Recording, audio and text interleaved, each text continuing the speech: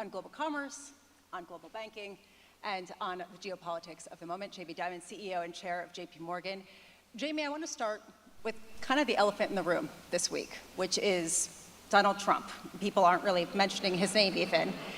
And I'm curious how much he and the election of his new administration has dominated all of your conversations over the past week.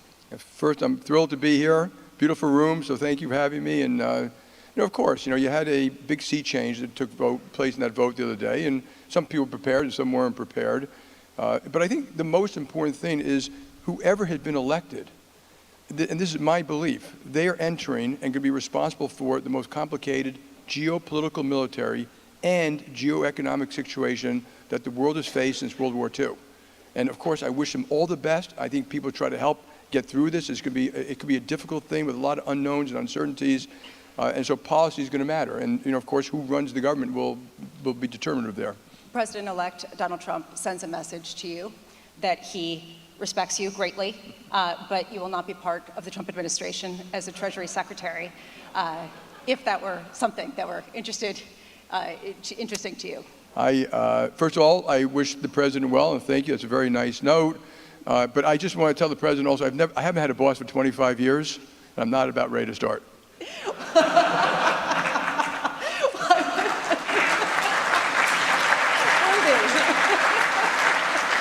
I want to start by also talking about the response in markets in the U.S., which has very much been, this is going to be a pro-growth shock with companies that are going to be investing much more, deploying cash, aggressive in terms of U.S. expansion. Have you seen any signs that that's truly the case? Well, yeah, you've already seen, the markets have responded quite well.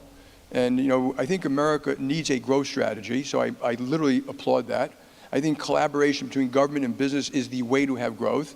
They've already spoken about a deregulatory environment. I want to point out, I'm not talking about just getting rid of regulations, but the regulatory environment in most countries has become stifling. And in a lot of countries, including Peru, it's why you're growing maybe at 2.5%, not 4 or 5.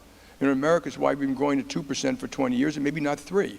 So I do think it's a reasonable thing to have that kind of reform. And that reform has to go deeper than just regulations, which can unleash capital and investment and banking and stuff like that. It's got to be permitting and all the related things that come with that, where people, you were just mentioning a mine that someone bought that could do rare earths in the United States. It's 10 years, they haven't gotten their permits yet. I mean, it's a shame, and we're doing this to ourselves, and it's a mistake. So I applaud any government that says, I'm going to make government more efficient.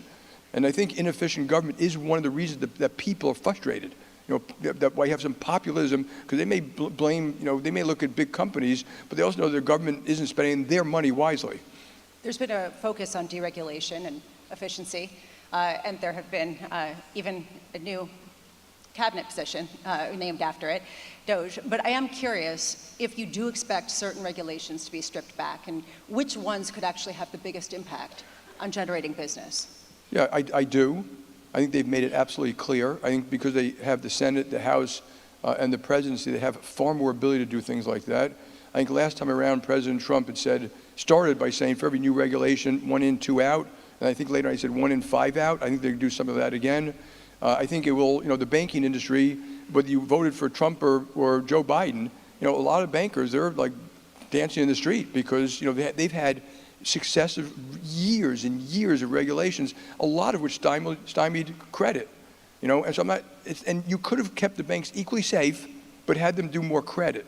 And so to just give an example, the average bank in America, I think the number used to have $100 of deposits and $100 of loans, and now it's $100 of deposits and $65 of loans.